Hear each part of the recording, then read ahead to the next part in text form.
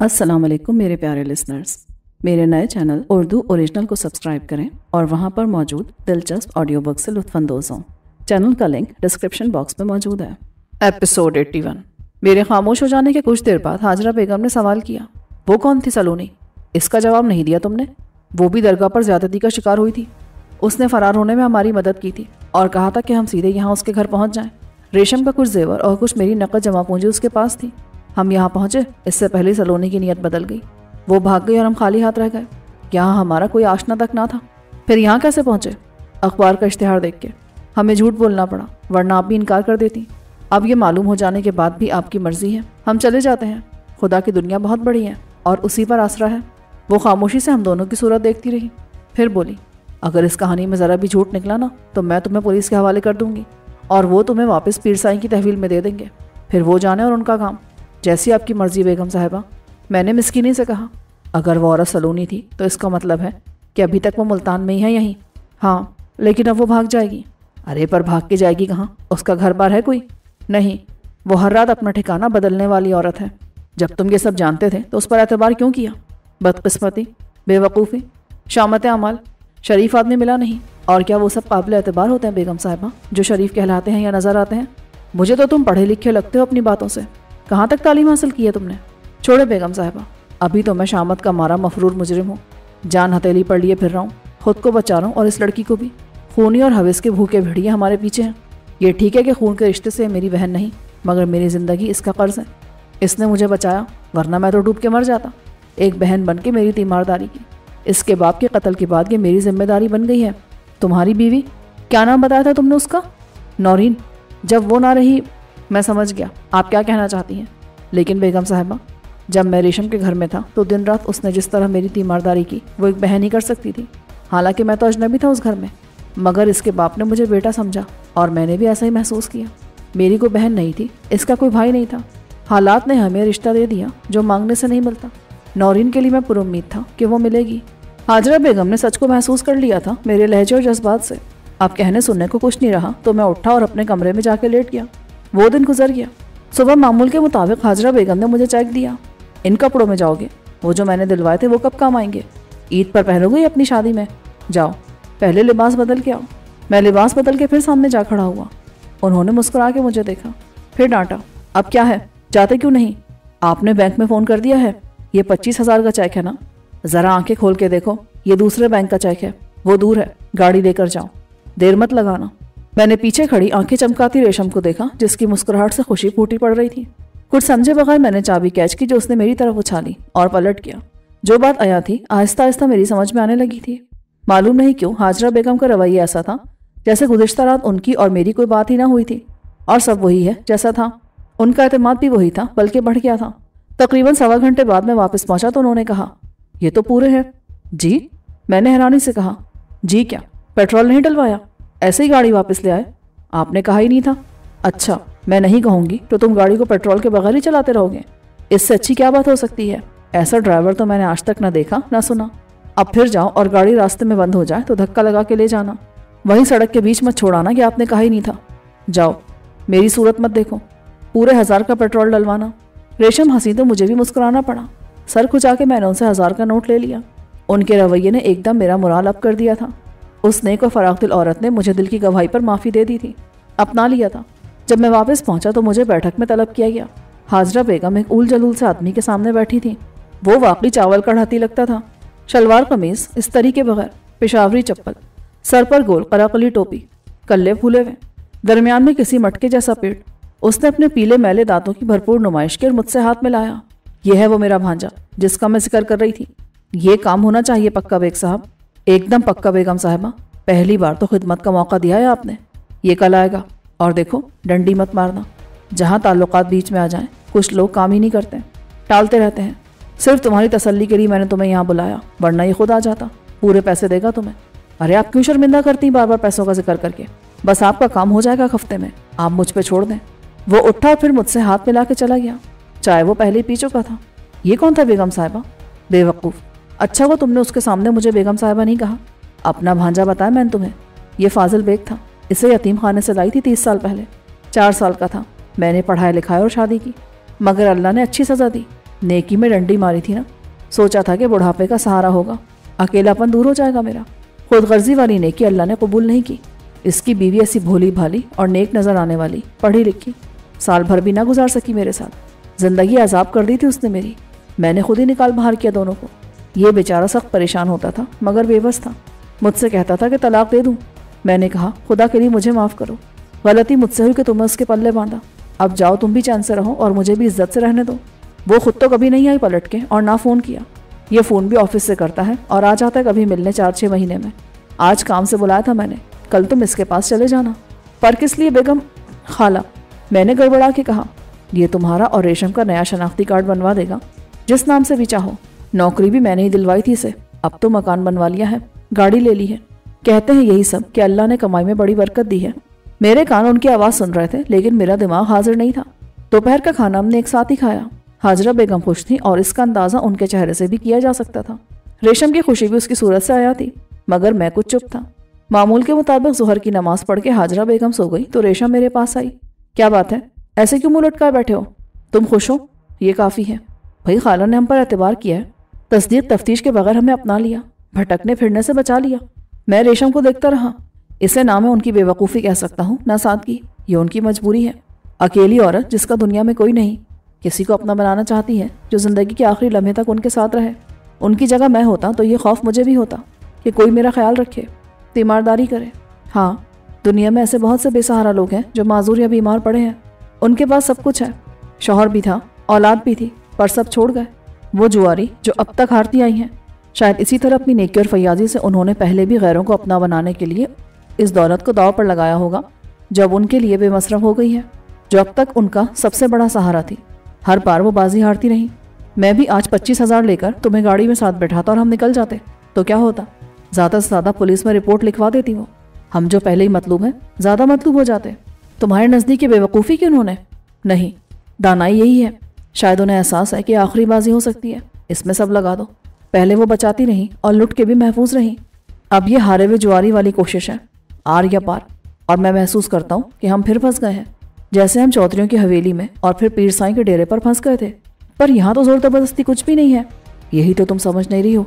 हमारे पैरों में इखलाकी जिम्मेदारियों की जंजीरें पड़ रही हैं रेशम, मोहब्बत और एहसानात की जंजीरें जिनको हम तोड़ नहीं सकेंगे। हमें यहाँ से जाने की ज़रूरत भी क्या है और जल्दी। मैंने उसकी बात काटी। देखा, तुम्हारे ख्यालात बदल गए। क्या मेरे साथ तुम यहाँ इस घर को अपना घर बनाने के लिए आई थी? और रेशम, बात सिर्फ जज्बात के हिसार की नहीं है। हम मुश्किल में भी पड़ सकते हैं। कैसी मुश्किल? देखो, फ़र्ज़ करो ये नामुमकिन नहीं है, बड़ी भी ये मकान तुम्हारे या मेरे नाम कर देती है और अपनी वो दौलत भी हमें दे जाती है जिसका अभी हमें कोई अंदाज़ा नहीं। रेशम का मुँह हैरत से खुल गया। तुम ऐसा सोच रहे हो भाई? सोचना पड़ता है और सोच की राह में रुकावट खड़ी नहीं की जा सकती। ख्याल किसी वजह और मकसद से पैदा होता है। ऐसा मैं हरगिज़ नहीं चाहता। ना मैं लालची हूँ ना कमीना, मगर खुद सोचो, खाला ने ऐसा किया, फिर दुनिया को छोड़ो कि वो क्या कहेगी। हमारे लिए कानूनी मसाइल खड़े हो सकते हैं। उनके असल वारिस जो आज तक लापता हैं ऐसे नमूदार हो सकते हैं जैसे जानवर के जंगल में मरते ही गिद्ध और मुर्दार खोर, हशरातुल अर्ज़ सब नमूदार हो जाते हैं। वो हमसे सवाल कर सकते हैं कि तुम कौन हो, कहाँ से आ गए हमारा हक मारने के लिए, और हमारा वो शिजरा नसब खंगाल सकते हैं। हमें कानून के कटहरे में ले जाके लालची, बेज़मीर और कातिल तक साबित कर सकते हैं। कितनी ख़तरनाक बात होगी ये अगर ऐसा हुआ तो। रेशम का रंग जर्द पड़ गया। फिर क्या करें? यहाँ से कहाँ जाएं? अरे इतना खौफज़दा होने की ज़रूरत नहीं। मैंने ये तो नहीं कहा कि ऐसा होगा। ज़्यादा इम्कान यही है कि ऐसा कुछ नहीं होगा। जो अमेरिका के किसी दूर उफ्तादा कस्बे या शहर में शादाबाद है, अपने माजी, अपने रिश्तों और अपनी ज़मीन के हर ताल्लुक़ को भूल के, उन्हें कौन बताएगा कि आज वो औरत नहीं रही जिसने उन्हें जन्म दिया था? और कहीं से उड़ती उड़ती खबर मिली भी तो उन्हें यह ख्याल कैसे आ सकता है कि बुढ़िया के पास मरते वक्त इतना था कि अमेरिका से जाके लाने की सारी मुश्किल झेली जा सकती है? तो तुमने मान लिया कि उनके पास बहुत दौलत है। बहुत क्या होती है? जो मुझे मालूम हुआ है ये है कि शौहर की कमाई बहुत थी और उसने बैंकों में डाल रखी है। ये घर गाड़ी अलग है। आज मालूम हुआ कि उनका दूसरा अकाउंट भी है, एक वो जिससे घर का खर्चा चलता था। 1000 रुपये रोज़ निकाले जाते थे। दूसरे अकाउंट का चेक उन्होंने आज दिया। आखिर क्यों? मुझे यह एहसास दिलाने के लिए कि उनके कितने अकाउंट्स हैं। तुम सोच रहे हो ऐसा? बिला वजह डर रहे हो? बेवकूफ़ी की बातें मत करो रेशम। मैं इम्कानात और मुश्किलात को देख रहा हूँ। अभी वो जिंदा है। अपना सब कुछ वो किसी खैराती इदारे को भी दे सकती हैं। अपनी ज़िंदगी में ये मुमकिन है। वारिस उनसे एक पैसा नहीं ले सकते। हाँ, उनके मरने के बाद कानून विरासत में आ जाता है। रेशम एकदम उठी और कमरे से बाहर निकल गई। यूं लगा जैसे वो इस मौजू पर मुझसे बात ही नहीं करना चाहती। मेरे लिए अब एक नया शनाख्ती कार्ड बनवाना जरूरी हो गया था। इसमें बहुत से रिस्क थे। मेरा चेहरा बदल गया था। अगर बाद में किसी मरहले पर दोबारा बदलता तो कानूनी तौर पर इसमें कोई कबाहत ना थी, लेकिन शनाख्ती अलामात में सबसे अहम अंगूठे का निशान था। मलिक सलीम अख्तर बनने के लिए मैंने दाएं और बाएं अंगूठे के फर्क से फायदा उठा लिया था। अब तीसरे हाथ के तीसरे अंगूठे की गुंजाइश ना थी। मुझे नाम से फर्क नहीं पड़ता था, लेकिन मैं चाहता था कि इस बार जो नाम हो उसकी साबिका 3 नामों से दूर की भी निस्बत महसूस ना हो। फाजिल पे के केबिन में कुर्सी में फंसा हुआ तकरीबन नीम दराज चाय सुड़प रहा था। उसने मुझे नागवारी से घूरा। यार, सीधे ऊपर ही आकर तुम किसी से कहकर मुझे इत्तला करा देते, मैं नीचे आ जाता। खैर, तुम चलो, मैं आता हूँ। उस बदअखलाक़ी की मुझे तवक्को ना थी, मगर मैं ज़रूरतमंद था। बुरा माने बगैर वापस बाहर आके गेट के बिलमुकाबिल खड़ा हो गया। फाजिल बेग 10 मिनट बाद नमूदार हुआ और मुझसे कैंटीन में बैठकर फॉर्म भरवाने लगा। वहाँ बोसीदा गलीज कुर्सियाँ और भद्दी बदसूरत मेज़ों के गिर्द हाजतमंद और हाजत रवा खचाखच भरे हुए थे। मैंने जो नाम सोचा था वो फाजिल बेग ने बिला तामुल लिख दिया, नदीम अख्तर राजा। और बाप का नाम? बाप जो था सो था, अब तुम कुछ भी लिख दो। चलो फिर नसीम अकबर राजा कर देते हैं। तारीख़ पैदाइश ऐसी के याद रहे। तो उम्र कितनी है तुम्हारी? 29 साल। लगते कम हो। 23 मार्च 1962। उसने कहा। अगर मैं अपने किसी हाथ का अंगूठा ना लगाना चाहूँ तो? उसने मुझे नाराज़गी से घूरा। फिर क्या मैं अपने हाथ का अंगूठा लगाऊं? करो तुम कल को और भरूं मैं। कोई भी लगा लो उस्ताद, मैं बाएं हाथ का अंगूठा भी इस्तेमाल कर चुका हूँ। ये बात नहीं हुई थी मियाँ। उसने पेन रख दिया। तो चलो अब कर लेते हैं। खाला ने कितने दिए हैं? वही 20 जो सब देते हैं। उसने शिकायती लहजे में कहा। बुढ़िया बड़ी खसीस है, अब कब्र में ले जाएगी सारा रुपया पैसा। पिंडी का एड्रेस लिख दिया है मैंने। मुझे दुख भी हुआ और गुस्सा भी आया। ये यतीम खाने का लावारिस और बेनसब बच्चा वहीं पड़ा रहता तो ये तालीम और ये इज्जत कहाँ से लाता और ये माल कैसे कमाता? एहसान फरामोश ने उनको भी ना बख्शा, उल्टा उनकी शिकायत ही कर रहा है। उनसे क्या 2 लाख की उम्मीद रखता था वो? मैंने कहा चलो 5 इस कार खैर के, कोई अंगूठा लाओ। उसने नफी में सरे लाया। मुश्किल है अंगूठे जो इस्तेमाल नहीं हुए मगर महंगे हैं। शहर में तो सबने इस्तेमाल कर लिए शनाख्ती कार्ड में, गांव देहात के किसी मर्द या औरत का तलाश करना पड़ेगा। अब मैंने दाव खेला। मैंने फॉर्म उठा लिया। चलो फिर रहने दो, मैं बता दूंगा खाला को बाद में। अभी किसी और से बात करता हूँ। ये ट्रम्प कार्ड था जो काम कर गया। अरे अच्छा यार, खाला की धमकी दे रहे हो तो मैं भी मजबूर हूँ, निकालो पैसे। मैंने 5000 उसके हवाले किए। अब मुझे फिक्र ना थी कि वो किससे अंगूठा लगवाता है। निशान मेरे किसी अंगूठे का नहीं था। मेरे लिए इत्मीनान काफी था। मुझे जरा जल्दी है। हाँ पता है मुझे, तुम्हारा जहाज निकला जा रहा है। 2 दिन तो लगते हैं। जहाज का नहीं, मेरे फ्यूचर का सवाल है। ये मौका बार बार नहीं मिलता। दुबई में नौकरी ज्वाइन करनी है। यानी इसके बाद पासपोर्ट भी बनवाओगे? उसकी आंखों में लालच की चमक उभर आई। जाहिर है उसके बगैर मैं सिर्फ दूसरी दुनिया में ही जा सकता हूँ, लेकिन उसकी बात करेंगे बाद में, जब यह काम हो जाएगा। पता चले कि तुम कितने फास्ट हो। बस 2 दिन कहा है ना, तो उसका मतलब है 2 दिन। पासपोर्ट में 1 हफ्ता। मगर देखो, खाला को मत बताना कुछ, हमारा आपस का मामला है। वोट खड़ा हुआ। पासपोर्ट के 50 होंगे। मैंने उसके जाने के बाद उसे 101 गालियां दी, मगर दिल ही दिल में मैंने उससे ज्यादा जलील आदमी कभी नहीं देखा था। शायद वो अपने बाप को भी ना बख्शे। मेरी चाल कामयाब थी। 50 के लालच में वो खुद जल्दी करेगा। वहां से निकल के मैंने रेशम के बारे में सोचा। उसका शनाख्ती कार्ड बना ही नहीं था, हालांकि वो 20 से ऊपर की थी। इसकी जरूरत थी मगर जल्दी ना थी। मैं घर पहुंचा तो खाला खाना खा रही थी। काम कर दिया बेग साहब ने। आप उस जलील आदमी को साहब क्यों कहती हैं? गंदी नाली का कीड़ा था वो। उन्होंने हाथ उठा के मुझे चुप करा दिया। बस वो मेरा काम था, ये उसका फेल है। मेरी नेकी को खराब मत करो मुझे बदजन करके। मुझे अपनी कब्र में जाना है और उसे अपनी। ये बताओ कि काम हुआ? मैं शर्मिंदा होकर बोला, जी हो गया। अब नाम क्या है तुम्हारा? सलीम अख्तर। नदीम अख्तर राजा। पता लिखवाया है पिंडी का। अच्छा है। रेशम? खबरदार जैसे अब सलीम कहा। नदीम या अख्तर? रेशम बोली, पिंडी में तो सारे राजा होते हैं, मगर नदीम ठीक है। और तू भी अब नूर के नाम से बनवा ले अपना शनाख्ती कार्ड, आगे काम आएगा। और एक बात तुम दोनों सुन लो कान खोल के, अब तक जो हुआ सो हुआ। अब नियत और इरादा कर लो कि जिंदगी शराफत और सुख चैन से गुजारनी है, किसी के झगड़े में पड़े बगैर। समझो अल्लाह ने एक मौका दिया है, मोहलत दी है। मैं खामोशी से सुनते रहने के सिवा और क्या कर सकता था? इस मौजू पर मेरी बाद में रेशम से बात हुई तो उसने भी खाला की तरह कहा, तुम इस मौके को गनीमत शुमार करो तो जिंदगी फिर वहीं से शुरू कर सकते हो जहाँ से मंजिल बदली थी। मैंने कहा, काश ये मेरे इख्तियार में होता। अब तो मकसद ही बदल गया है मेरा। मैंने देख लिया खुद भुगत के इस निज़ाम इंसाफ को। मुझे नफरत हो गई है इससे। मेरे भाई का खून इतना सस्ता नहीं था कि मैं रायगा जाने दूँ। नादिर शाह उसकी कीमत अपनी जान देकर अदा करेगा। कभी तुमने बताया नहीं नादिर शाह की क्या दुश्मनी थी तुम्हारे भाई से? मैंने उसे टालने को कहा। देखा जाए तो बात कुछ भी नहीं, लेकिन मोहब्बत और जंग में कोई फ़र्क नहीं। नादिर शाह और मेरा भाई दोनों क्लास फेलो थे। ऐसी दोस्ती थी उनमें कि लोग रश्क करते थे। शायद लोगों की नज़र लग गई कि वो दुश्मन हो गए। मगर किस बात पर? तुम क्यों मेरे जख्मों को कुरेद रही हो? वो दोनों स्कूल कॉलेज हर जगह साथ थे, और घर में या घर के बाहर भी दोनों साथ साथ जाते थे जब जाते थे। कॉलेज के ज़माने में एक ही लड़की पर आशिक हुए, और जब उसकी शादी किसी और से हुई तो इकट्ठे गले मिलकर रोते रहे। फिर अहद किया कि मिलके उस रकीब रोसिया को ठिकाने लगाएंगे और इद्दत पूरी होते ही दोनों उससे शादी कर लेंगे, और उन्होंने ऐसा ही किया। मेरा भाई और नादिर शाह दोनों रिवॉल्वर लेकर गए अपनी महबूबा को बेवा बनाने के लिए, और एक एक गोली चला दी। दोनों के हाथ और टांगें कप आ रही थी। चुनाचे भाई का निशाना खता गया और नादिर शाह की गोली लग गई। उसकी बेवा ने पुलिस के सामने नादिर शाह को कातिल करार दे दिया। मेरे भाई पर कोई इल्ज़ाम ना आया। बस यहाँ से दुश्मनी का आगाज़ हुआ। नादिर ने भाई से कहा, तुमने धोखा दिया मेरे एतमाद को, अब मैं जेल जाऊंगा और तुम इद्दत का ज़माना पूरा होते ही उससे अक़द कर लोगे।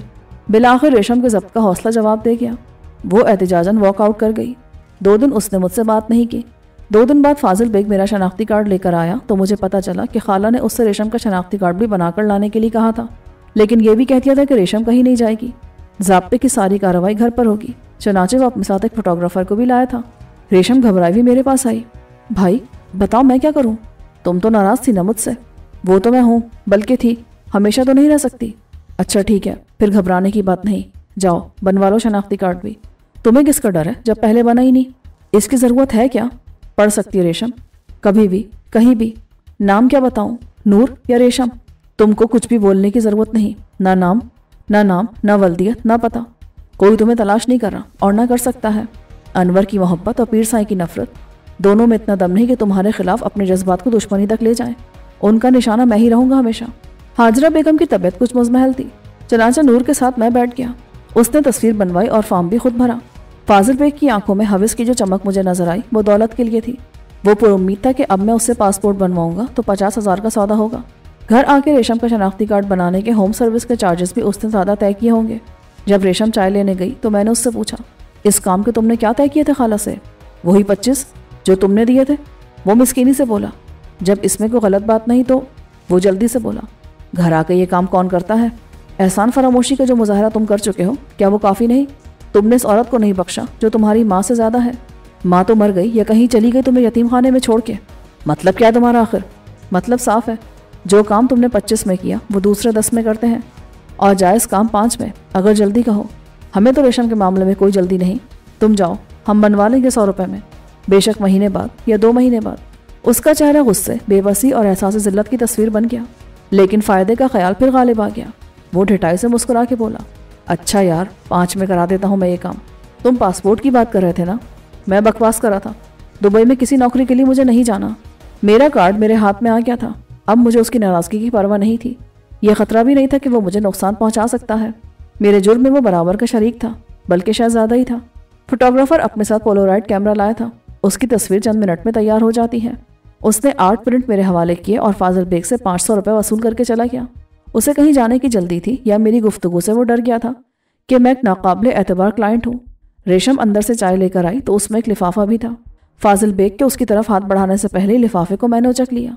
मेरा अंदाज़ा दुरुस्त साबित हुआ। उसमें 25,000 रुपये थे।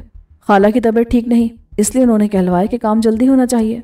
रेशम बोली, हो जाएगा, अगर अर्जेंट फीस मिली तो। मैंने 5,000 उसके हवाले किए। यह है अर्जेंट फीस। उसने मुर्दा दिली से 5,000 ली और मेरी तरफ कीना तो उस नज़रों से देखता रहा।